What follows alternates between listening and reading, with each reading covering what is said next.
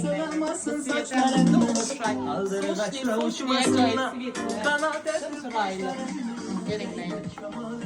Elliden 60'a razmir razmire düşerdim. 60 giye dolep gemizden polni boladı 60 razmir.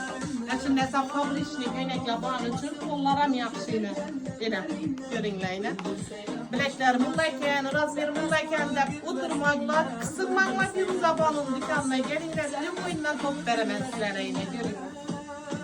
Bakalarına zor baka koyup veremem, materialam yakışıklı. Uşağından bile sılavıcık. Şu aç tutmasları 150-130'a bir yuvanlaki girişi bir rengi çikolata paprilalı. Ama glaslara yakışı göyneklerini 20-30 son farkı bilen koyup veremem. 250 bin sonluk göynek bedemde durup sıralarına koyup veremem. 180 bin sondan koyup veremem. Göreyim mi?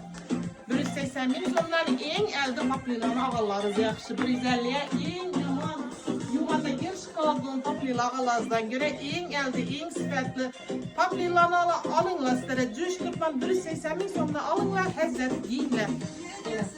Bir yuvanlaki ucu yerseniz gemin kaladı. O rengine karışsanız gemin kaladı. Ya akarık kasa rengi açık, ya giriş kasa, ya asırık kasa yakmin kaladı. Bu işi hazret hep söyleyip değil o sonundan kaçmayın. O son bir iki sene bir yerine düşmem kaladı.